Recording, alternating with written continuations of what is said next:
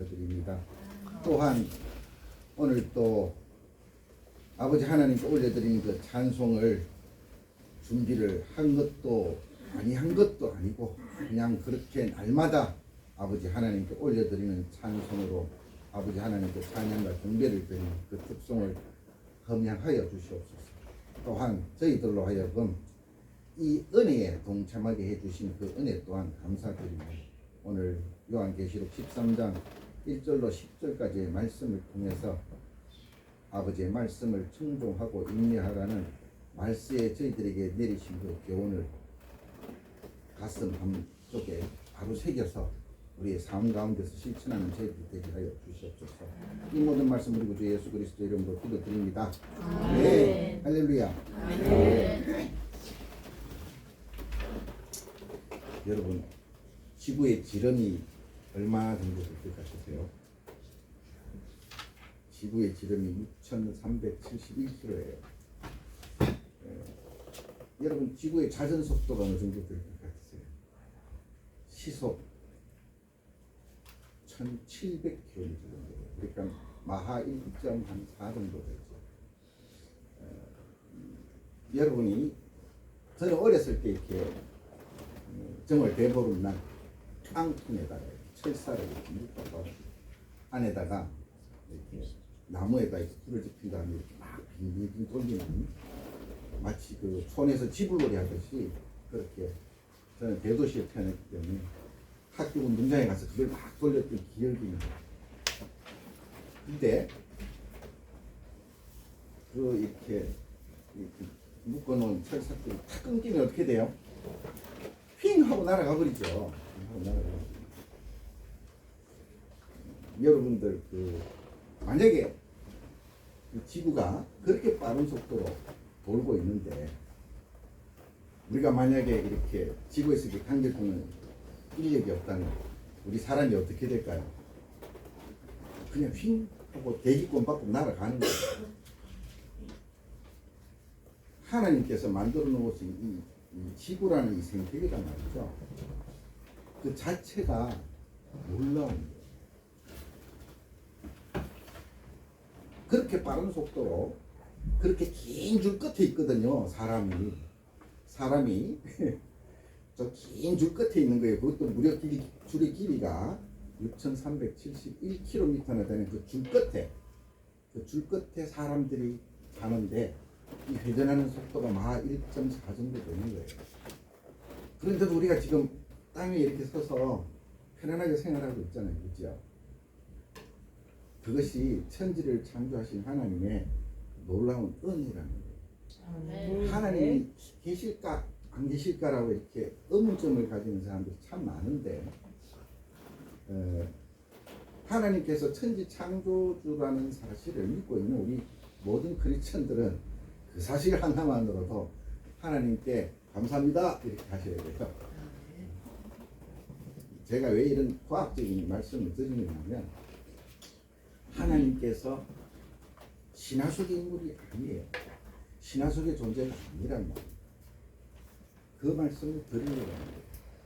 우리는 하나님 굉장히 멀리 있는 것처럼 느끼지만 절대 그렇지가 않아요. 여러분 숨 쉬고 계시잖아요. 생명을 주관하시는 자가 하나님이세요. 아멘. 여러분이 지금 호흡 한 호흡을 관장하시는 분이 살아계셔서 역사하고 계시는 거예요.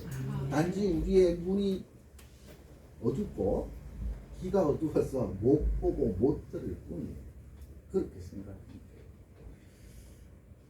오늘 청종하고 인내하라는 제목의 설교를 하려고 하다 보니까 이런 얘기가 나왔어요. 지금 지구상에 굉장히 많은 일들이 벌어지고 있죠. 굉장히 많은 일들이 벌어지고 있어요. 그런데 지구상에 그 스페이스X라는 회사를 들어보셨어요? 그러면 그걸 잘 모르겠다. 일론 머스크라는 사람 들어보셨어요? 테슬라라는 전기자동차 회사의 대주주고 그 사람이 원하지요.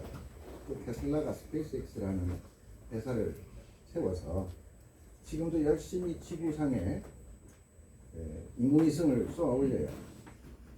그런데 옛날에 그 나사에서 쏘아 올렸던 그러한 비용의 10분의 1밖에 안 되는 비용으로 지금 인공위성을 올리는 거예요.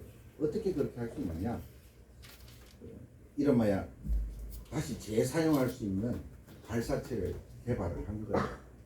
그게 이제 9번째 우주선이죠. 팔콘 9이라는 9번째 왕복해서 쓸 수 있는 그런 우주 발사체를 스페이스X가 개발해서 소유해서 계속해서 지금 인공위성을 올리고 있는 거예요.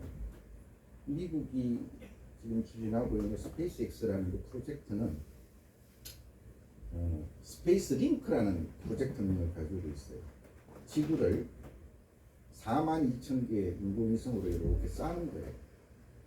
싸서 실질적으로 지구에서 일어나는 모든 현상들을 다 실시간 확인하겠다. 그리고 지금 스페이스X라는 회사를 통해서 쏘아 올린 인공위성이 저궤도 위성인데 지금 4,600개가 공중에 떠 있어요. 굉장히 많은 수가 떠 있는 거예요 지금. 근데 그 수명이 3년뿐이 안 돼요. 왜 3년뿐이 안 되냐면 저궤도이기 때문에 공기의 저항을 많이 받아요. 공기의 저항을 많이 받으면 이 인공위성이 많이 망가져요. 그래서 3년뿐이 못 쓴대요. 그래서 3년마다 그걸 올려야 되는 거예요. 우리한테 만약에 스페이스X의 뭐라고 그러죠? 주식이나 이런 걸 살 기회가 있으면 지금 사놓으세요.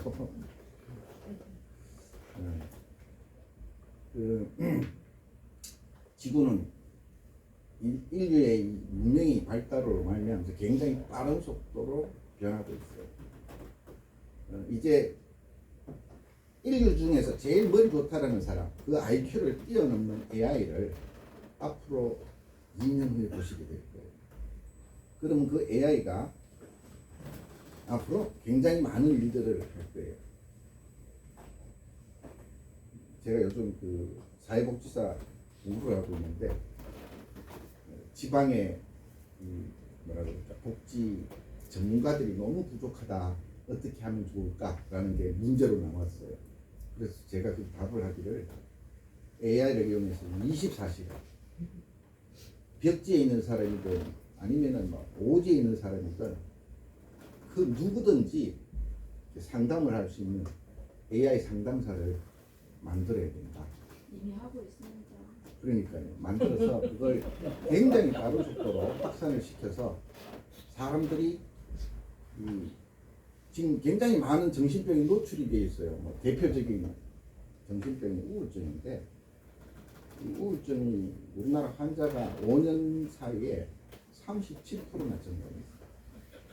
그리고 이렇게 심심찮게 이렇게 뭐라 그럴까 신문지상이나 혹은 매스컴상에서 그런 우울증 환자들이 이렇게 벌이는 범죄들이 굉장히 심각할 정도로 많이 지금 증가하고 있습니다. 근데 이제 그러한 모든 일들을 이제 우리 문명이 발달을 하면서 계속해서 그 대처를 해나가고 있다는 것만 해도 인류의 방향이 조금 이렇게 올바른 쪽으로 간다는 생각이 들지만 한편으로는 전쟁이 막 일어나니까 하나님께 자꾸 기도를 하게 되죠. 여러분들이 지금 이제 쭉 보고 있는 이 요한계시록의 강해가 이제 얼추 많이 지나왔어요. 전체 22장 중에 13장까지 왔는데 늘상 드리는 말씀이지만 요한계시록의 말씀은 희망의 목소리예요. 비전이 있는 거예요. 왜? 우리 믿는 사람들에게 준비하라라고 얘기하시는 알람이거든요. 알람. 요한계시록 1장 3절 말씀이 뭐라고요? 뭐라고 적혀 있다고요, 여러분? 이 예언의 말씀을 읽는 자와 듣는 자와 그 가운데 기록한 것을 지키는 자는 복이 있나니 때가 가까웁니다. 이 때라는 게 이제 마지막 때가 다 돼간다는 거죠. 그 마지막 때에 대한 얘기에 가장 주요한 것이 3중 7대 재앙이라는 거예요. 3중 7대 재앙이 7인재앙, 7나팔재앙, 7대접재앙이고 그러한 재앙과 재앙 사이에 이게 메인 얘기인데 삽입 묵시가 7개가 속해져 있고 그 7개 중에 오늘 보는 것이 후 3년 반의 재앙이에요. 우리가 지난주에 봤던 것이 전 3년 반의 재앙이고 그 전 3년 반의 재앙하고 오늘 보는 후 3년 반의 재앙이 결국은 예수님의 재림에 관련되어서 일어나는 궁극점에서 일어나는 일들이죠. 그러한 예수님의 재림에 따른 그런 7년 대의 환란이라는 것이 우리가 알고 있음으로 준비하게 되는 거죠. 모르면 준비를 못한다는 거죠. 그래서 알려주시는 거예요. 그래서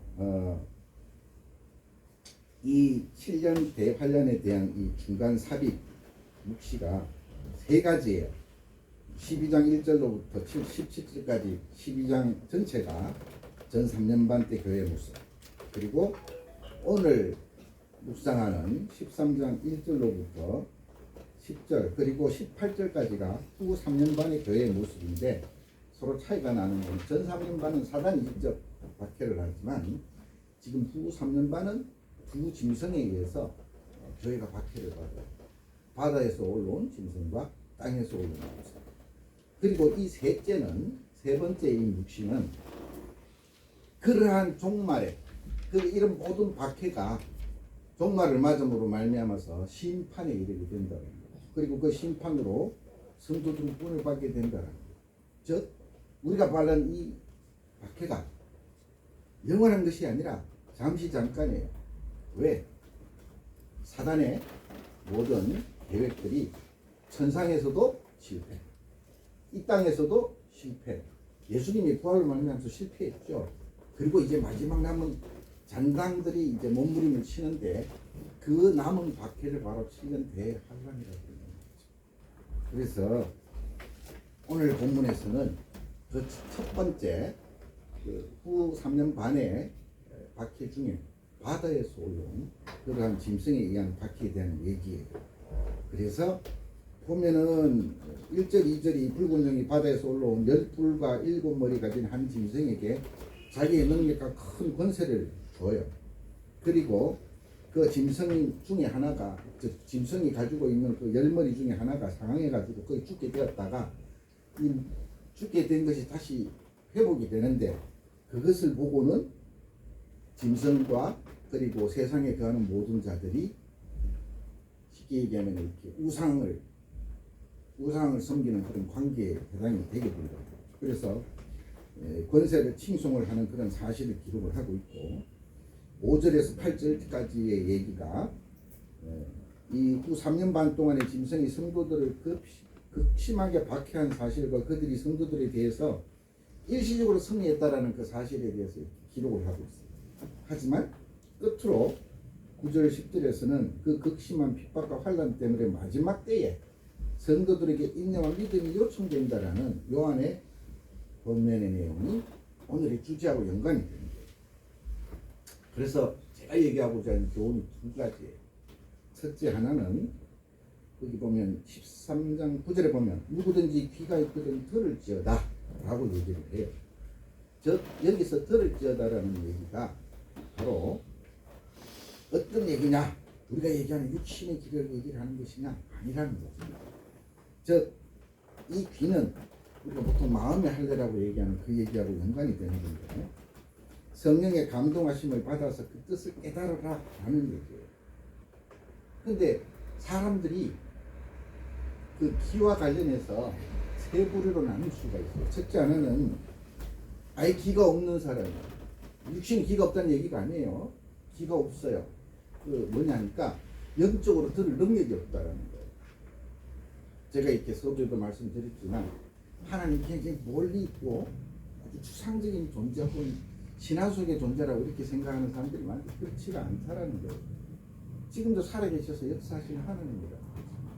그런데 그것을 믿고자나 체험이 없으면 잘 안 믿게 되죠. 네. 그래서 영적 체험이 없어서 거듭난 체험이 없다 보니까 이렇게 영적인 그러한 말씀을 이렇게 전해 들을 수 있는 능력이 없다라는 거예요. 이러한 사람들은 그러한 신령한 것에 대한 체험이 없다 보니까 신령한 것, 즉 눈에 보이지 않는 세계에 대한 것을 볼 수 있는 능력이 아예 없는 거예요. 그래서 하나님께서 말씀하실 때도 영적인 영역에 대해서 전혀 알지 못하기 때문에 그 음성을 들을 수가 없어요. 두 번째는 귀가 어두우신 분이 있어요. 이분은 체험은 있어. 체험은 있는데 이게 이제 자꾸 세상의 재리에 의해서 자꾸 이렇게 무너지는 거예요. 히브리서 5장 11절에 보면 멜기세덱에 대한 얘기가, 근데 이 멜기세덱에 대해서 뭐라고 소개를 하냐면, 멜기세덱에 관하여는 우리가 할 말이 많으나 너희가 듣는 것이 둔함으로 설명하기 어려운다 라고 얘기를 합니다. 즉 영적 체험이 있긴 있지만 여전히 육적인 생활을 하다 보니까 하나님이 영적인 말씀에 대해서 듣긴 들어도 결단을 못해요. 결단을 못한다는 거예요. 우리가 보통 저도 자주 그런 말씀을 드리지만 청종하라고 그러잖아요. 청종. 청종하란 말이 들을 종에다 들을 청에다 따를 종이에요. 그냥 듣고 마는 게 아니라 그 들은 것을 행동으로 실천한다는 거예요. 그래서 따른다는 표현을 쓰는 거예요. 누구를 따라하느냐? 예수 그리스도 따라. 하나님 예수 그리스도를 따라서 따른다라는 표현을 쓰는, 그래서 청종한다는 얘기를 하는 거예요. 그래서 하나님의 말씀 듣긴 들어도 이 귀가 어두운 사람들은 육신적인 생활 거기에 헤어나오지 못해. 결단을 못하는 거예요. 그러다 보니 하나님의 성령의 역사를 거스르게 된다는 거죠. 이러한 설례를 예수님께서 씨 뿌리는 자에 비유했게 되잖아요. 그렇죠? 마지막으로는 영적으로 열린 길을 가진 사람이에요. 다시 말하자면은 성령이 교회들이 하시는 말씀을 들을 수 있는 사람, 영적인 체험도 있고 자기의 생활 자체도 육신적인 생활보다는 보이지 않는 그러한 영적인 부분에 대해서 더 많은 것을 생각을 하고 또 거기에 따라서 말씀을 계속해서 이름하여 통독을 하고 읊조리면서 외우고 읊조리면서 그것을 생활 가운데 실천하시는 분들이에요. 이런 분들께서는 행하시는 분들이죠. 그래서 하나님께서 자신들이 하는 그러한 모든 말씀을 넘어서서 말씀 속에 있는 그런 아주 깊은 심오한 뜻도 깨달으실 수 있는 분들, 그런 분들의 공통적인 특징이 하나 있어요. 딱 깨달으면 바로 실천하시는 분들. 왜? 잊어버릴까? 우리가 한마디로 이런 얘기하잖아요. 은혜가 끊어져. 그래서 잊어먹기 전에 바로 실천하시는 분들. 예레미야 6장 10절에 그런 얘기가 있어요. 내가 누구에게 말하면 누구에게 경책하여 듣게 할고 보라, 그 귀가 할례를 받지 못하였으므로 듣지 못하는도다. 보라, 여호와의 말씀을 그들이 자신에게 욕으로 여기고 이를 절개하지 아니하니 라고 얘기해요. 당연히 들을 귀가 없으니까 여호와의 말씀을 듣기를 거부를 하겠죠.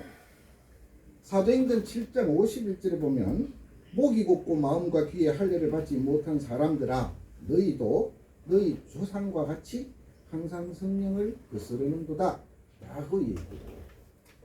유대민족이 지금도 끊임없이 전쟁을 하고 있죠. 그들의 목표는 그거예요. 제3성전을 세운다는 거예요. 근데 지금 성전이 필요가 없는 시대예요. 왜? 제사가 없어졌대. 예수님이 마지막 화목제물이에요. 성전이 필요 없어요. 하지만 그들 예루살렘 땅에 제3성전을 세워서 하나님과의 관계, 소원해진 관계를 다시 회복하겠다. 그래서 자기네들이 여지껏 잘못했던 것을 사죄받겠다라는 표현을 쓰는데, 여전히 그렇게 얘기를 하면서 예수님을 합니다.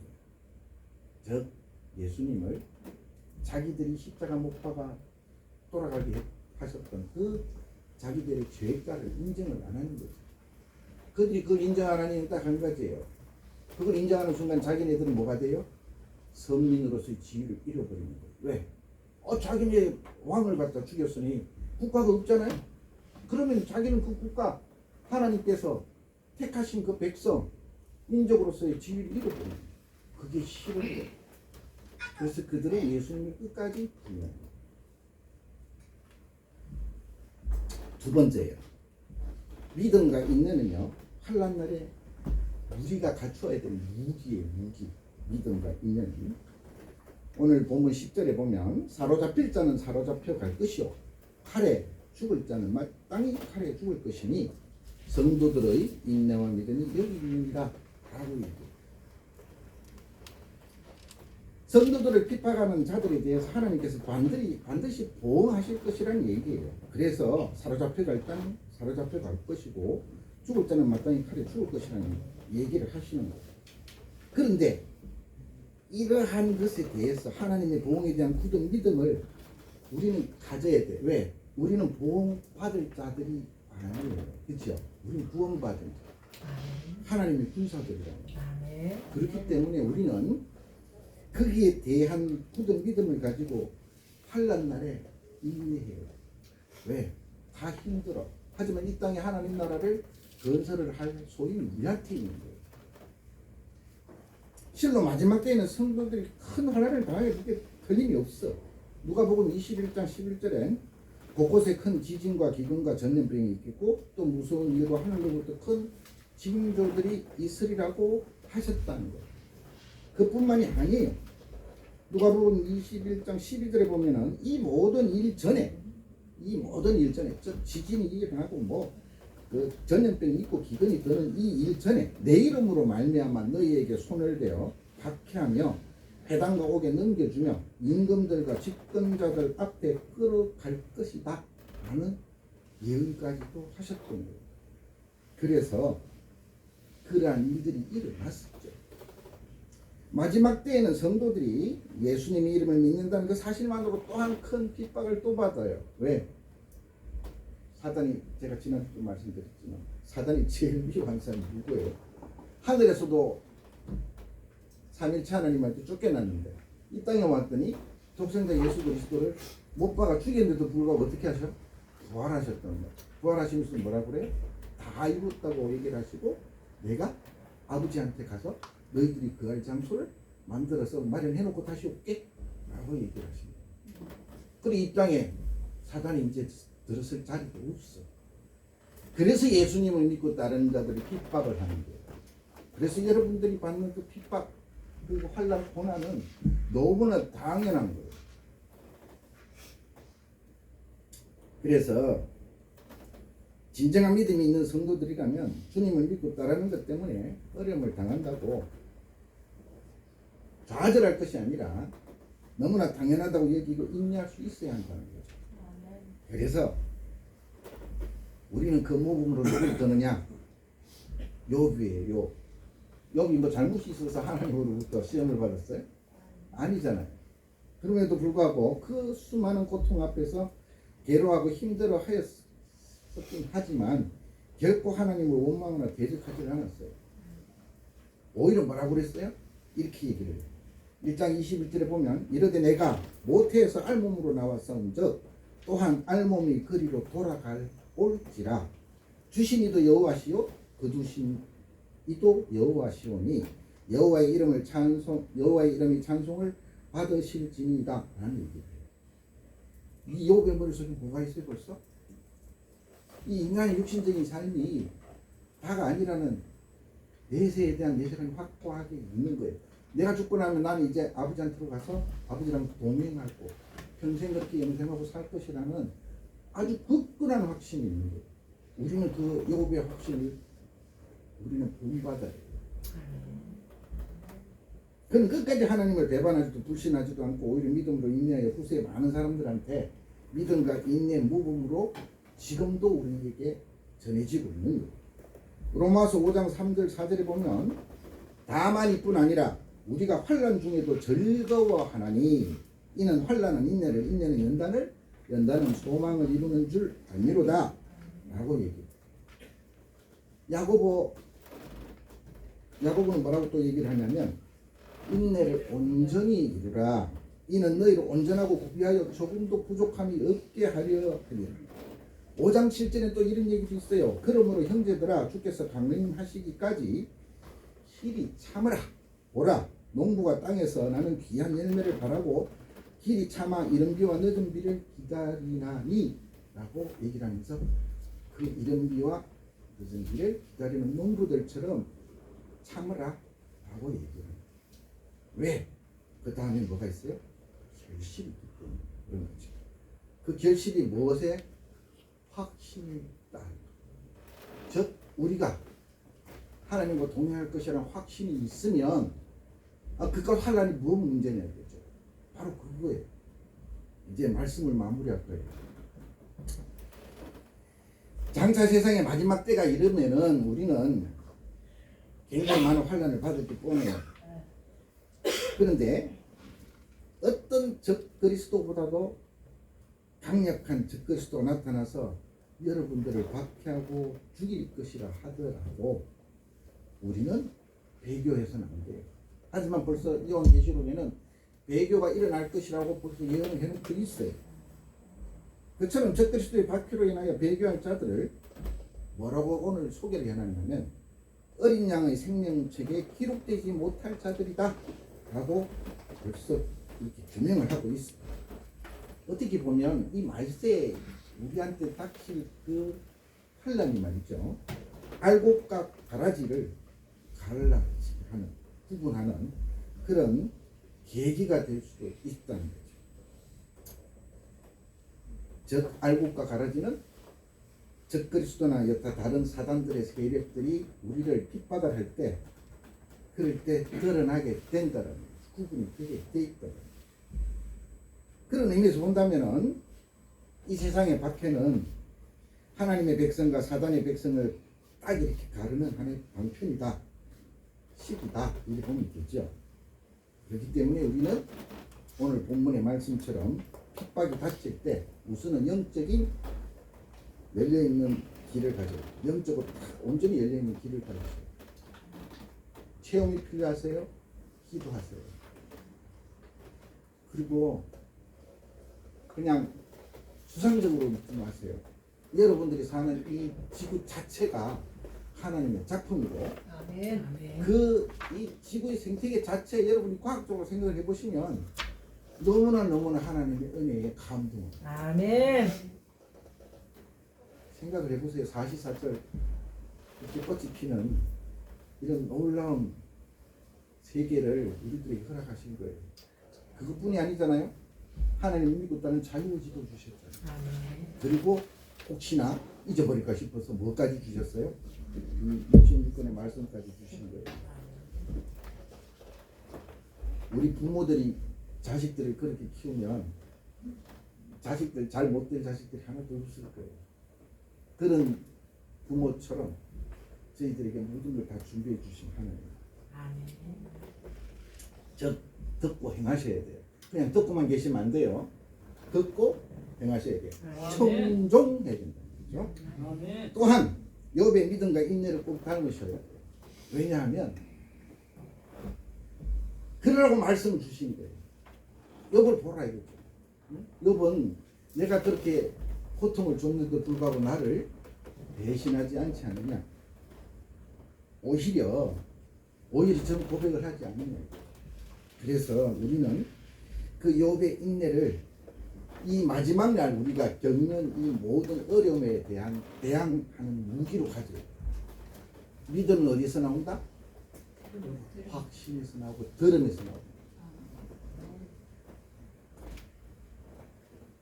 그래서 믿음과 인내가 있는 사람들은 결코 시련과 역경 앞에 무릎을 꿇을 일이 없다라는 겁니다. 오히려 그 믿음과 인내를 발판으로 우리가 앞으로 나가야 될 영광된 그곳, 우리는 비전을 가지고 있죠. 속된 말로 갈 데가 있죠, 그렇죠? 갈 데 없는 사람들이 참 많아요, 그렇죠? 갈 데가 있는 우리들이 갈 데가 있다는 걸 빨리 알려야 돼요. 주변에 있는 사람들. 그래서 마치 그리스도께서 순환과 죽음을 다 이기시고 아버지가 계신 그 처소로 영광의 자리로 가셨던 것처럼 우리 또한 인내와 믿음을 소유한 그러한 무기를 가진 하나님의 군사로서 앞으로 나가야 된다. 그래서 이 마지막 날 우리가 하나님 딱 대면했을 때 뭐하였다? 잘하였다? 착한 자. 너가 작은 일에 충성하였으므로 내 영광이 많이 커질 것이다 라는 그런 칭찬을 듣는 저 여러분 되시기를 바랍니다. 아멘. 기도드리시겠습니다. 아버지 하나님, 오늘 계시록 13장의 말씀을 통해서 영적인 열려있는 길을 가져야 하며 또한 믿음과 인내로 이 마지막을 준비를 해야 된다는 교훈을 받았습니다. 우리 모든 성도들이 현재가 살아가는 우리 이 땅이 하나님께서 열어주시고 준비해 주신 하나님의 나라를 완성시켜야 될 그 장소임을 필히 깨닫고 앞으로 저 하늘에 우리가 마지막까지 우리의 소명을 다하고 아버지 하나님을 만나고 우리 구주 예수 그리스도를 만나서 참 잘하였다 칭찬받는 저희들 되게 하실 때 저희들을 안다고 꼭 얘기해 주시기 바랍니다. 이 모든 말씀 우리 구주 예수 그리스도 이름으로 기도드립니다. 아멘. 찬송가